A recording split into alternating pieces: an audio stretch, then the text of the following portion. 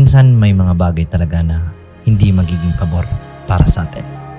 Mga bagay na wala tayong kontrol. So instead of feeling sad about it, we just have to learn from it and move forward.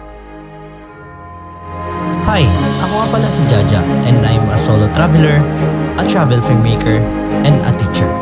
Di ako mayaman pero gusto ko maging mayaman. Maging mayaman sa experience at memories. I do budget traveling, guides, and hiking tips. So if you are my people and you are looking for a fresh start and a sign para mag-hike or mag-solo travel, ako na yun guys. So, tara, samahan niyo ako. Samahan niyo ako maging broke. Let's go!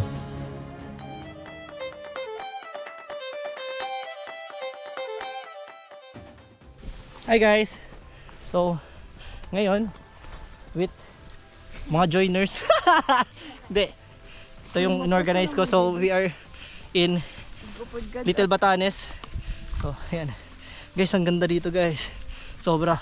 So, I would really recommend Didi. And I would like to thank Kuya Sanderben for the drone and GoPro. Grabe yung gamit niya. Pwede na pang pro eh. Guys, so, support Sanderben in his YouTube, Facebook page.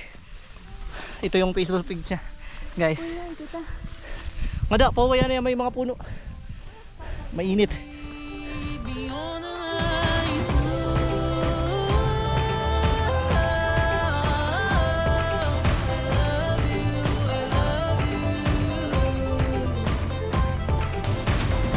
This video is special for me because I am not traveling alone.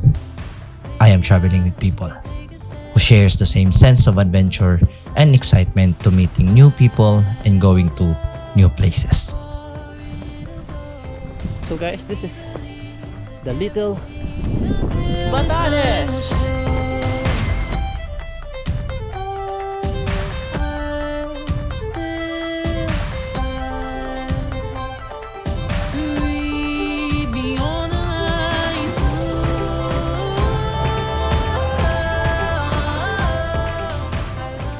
This will be my first ever vlog na makikita nyo kung ano ako talaga during our trips and puro mukha ko makikita nyo.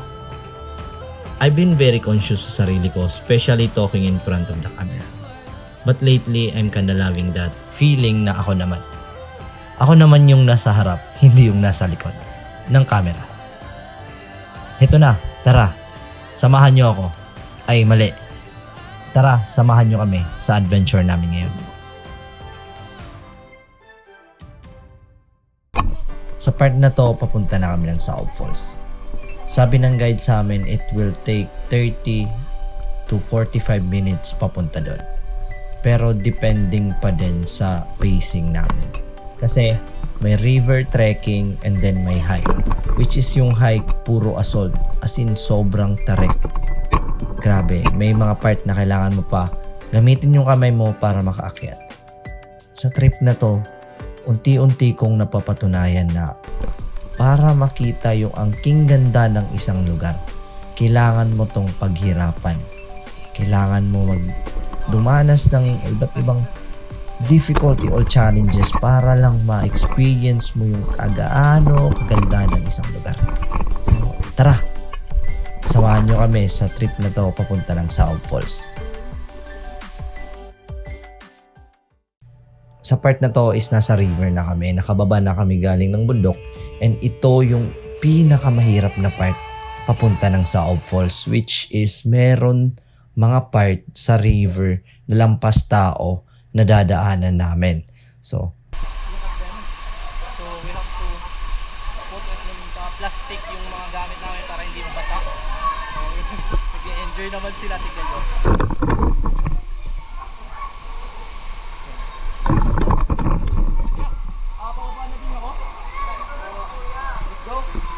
Kaya natin to. Paano ko to?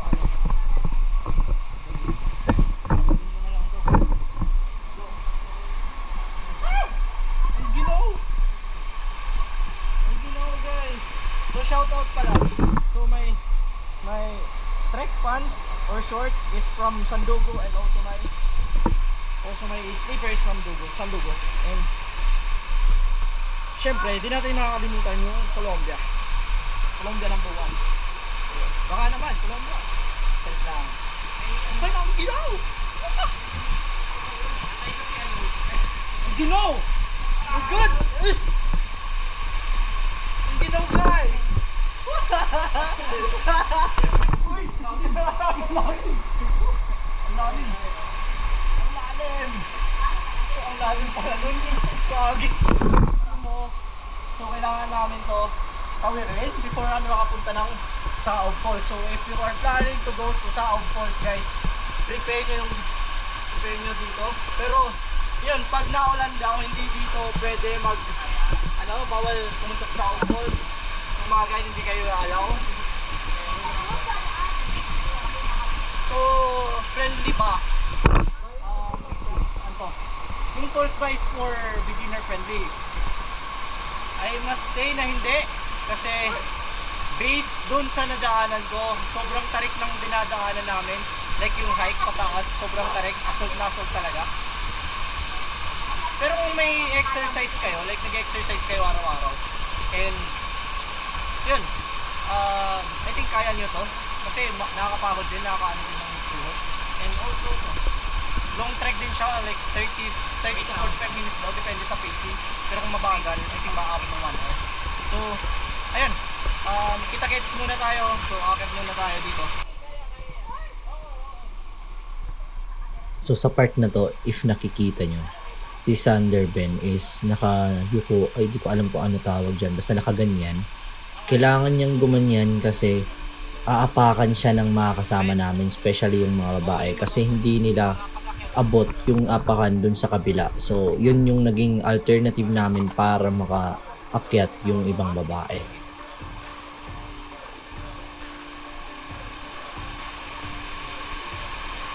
Ba't open to? Ba't open? Parang lumamig daw yung ano. Sakit na ba? Akita muna ako muna. Okay, sige.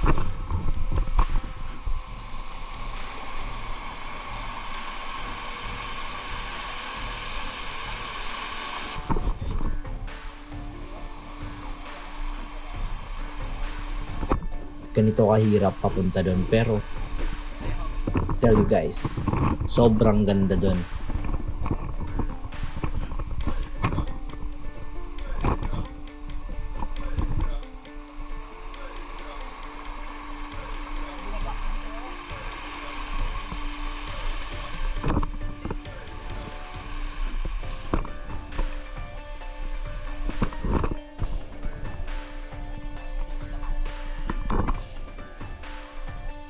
Sa part naman na to, medyo malapit na kami sa falls. Nakita namin na ang ganda ng lugar.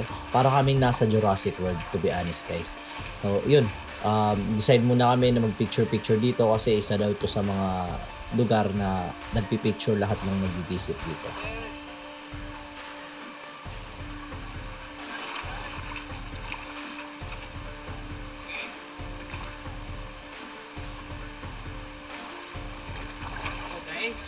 As of now, nandito na kami. Pero ang ganda dito, para kaming nasa Jurassic World. Tingnan nyo, ganda oh. Look at this view, guys. So, no sugar coating, ang ganda ng ang ganda ng Saog Falls kahit papunta pa lang. Pero yung trail or yung dadaanan papunta dito sa Saog Falls, I must say na it's not like beginner friendly or something, but yun, if may nagpa-practice kayo or may exercise kayo, good dito guys. I really recommend. Look at this view. Look at this view.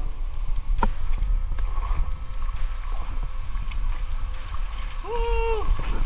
Look at this view, guys. So guys, kailangan ko lang ngayon to with this. Tingnan natin yung kaya ko, guys. So ayan, malalim daw dito eh.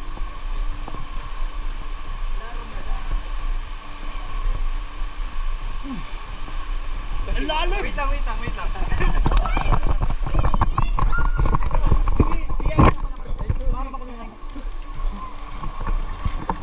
Tama talaga yung plan. Dahan-dahan lang sa pag...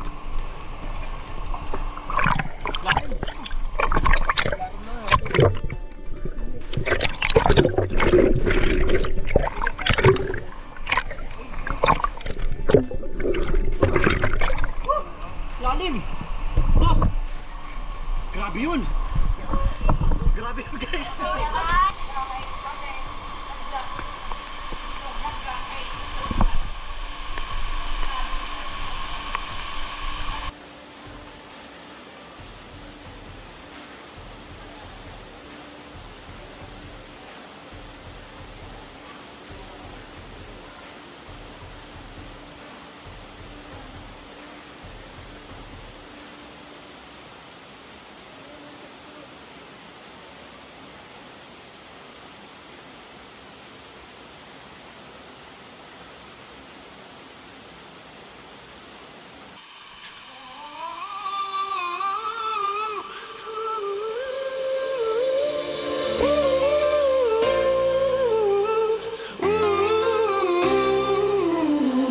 When she was just a girl, she expected the world, but it flew away from her reach.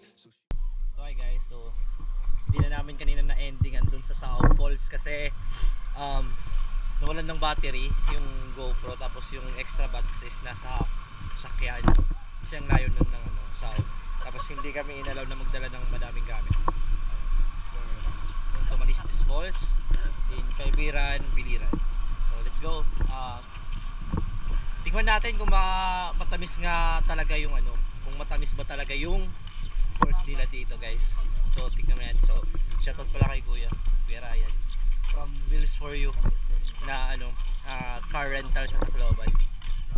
Napaka sayang hindi siya nagdala ng gamit kasi kung nagdala siya kasama sana siya sa kanina trip.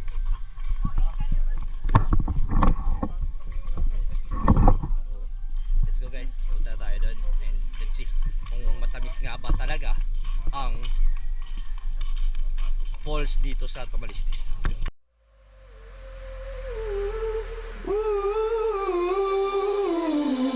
When she was just a girl, she expected the world, but it flew away from her reach, and the bullets catching her teeth. Life goes on again. Dahil kinuha ko si Kuya Ryan. Kala kasi namin sasama siya pero bumalik siya nung sasakyan, so pinalikan ko. Ayan.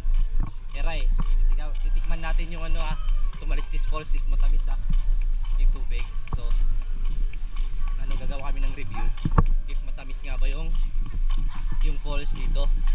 O yun, tara. Ayan guys, punta namin doon. Sana hindi pa close.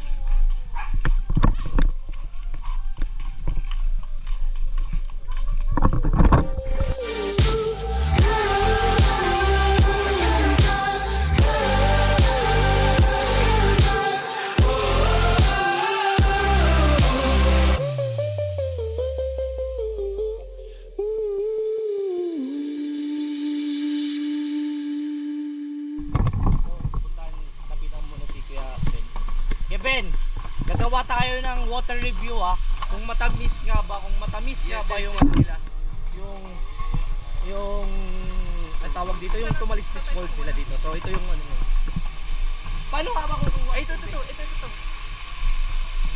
Ito nga, pero paano ba iinom? Paano iinom? Walang bottle. Ayun. Guys, gagawa kami ng water review. Natikman na namin yung kabangsangan na falls na merong kalabaw dun sa kabasangan. Oo. Kabangan daw. Masarap yung tubig nila. Lasang mineral. So yun, ito nagano kami kung paano namin matitikman to. Yung una titigay nito. Yan sabi nila matamis daw na falls. So, ayun pero yun Zek, baka di Zek. Ikaw lang ito cameraman. So ito ang cameraman namin ngayon guys. Mr. Sohin. Parang makikita nini, nakikita nini. Si Roman. Sa kabilang side na lang na. Doon sa kabilang side daw. Curious ako, taste naman.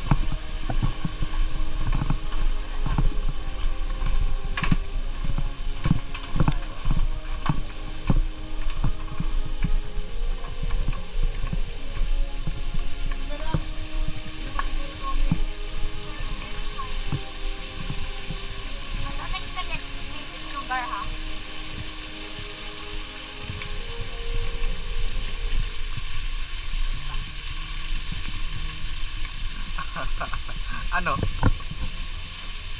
Lasang mineral. Oo, as in, lasang mineral. Parang, Talaga no? di ko alam, pero hindi siya lasang, parang, basta, hindi ko ma-explain. Pero hindi siya matamis, guys. Pero, maano mo siya na parang mineral. Ikaw, try. Let's go. Ito si Jack, guys. Try siya. Let's go. Yan.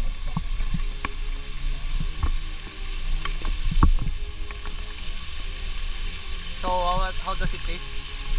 Lasang tubig. Lasang tubig. So guys, hindi ko alam, hindi naman matamis. Honestly, hindi siya matamis, pero hindi siya hindi normal na tubig. Parang mineral, ganyan, kakaiba. Hindi ko ma-explain, pero yun, hindi siya matamis, guys. I-end na natin yung meat ng ng Umalistis Falls. Okay guys, so hintay kami na magpalipad si Kuya. Ay, nagpapalipad na pala si Kuya. So yun guys, shout kay Kuya. Then, ako dapat i-shoutout kasi GoPro niya to eh. Hindi to sa akin, ako lang gumagamit. Puro mukha ko nasa GoPro niya ngayon. Kasi, yun, papalipad kami ng drone. Ganda dito. Nag-low tide na. And also, malinis yung dagat nila. As you can see. Yan. So, shoutout to this guy. Yung sumama sa Ponti na trip namin, Biliran Day trip.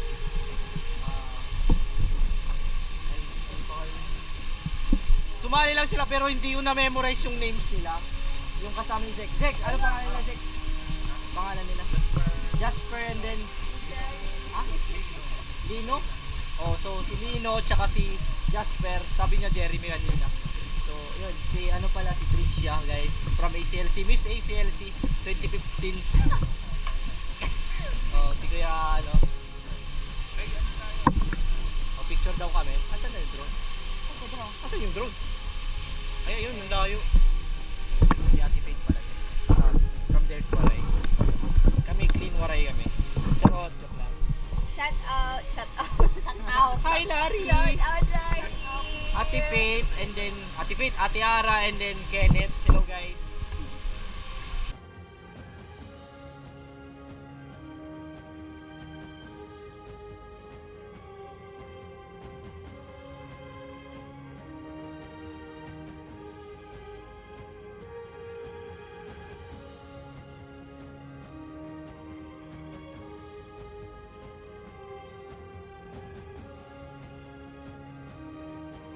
Diba, Day? Okay ka na, Day? How was your first hiking experience? So, ayun guys. Tricia, nagawa niya yung first hike niya, which is sobrang ganda yung Little Batanes. Papakita ko sa inyo in 3, 2, 1.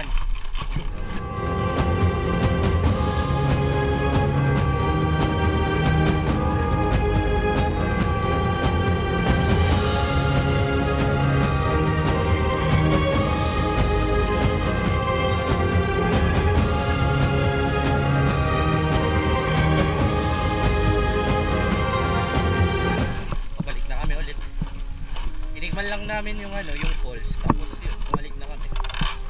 Yun lang talaga yung pinunta namin dito, yung falls. Para matikman. Yan, nagpapawisan na. Babalik. Sabi daw kanina, magsasara na sila. Yun. Balik na kami ng sasakyan. Kanang ang bata kay ni Ask o Kuan ni ibantayan daw niya. So, yun. Guys, I think it's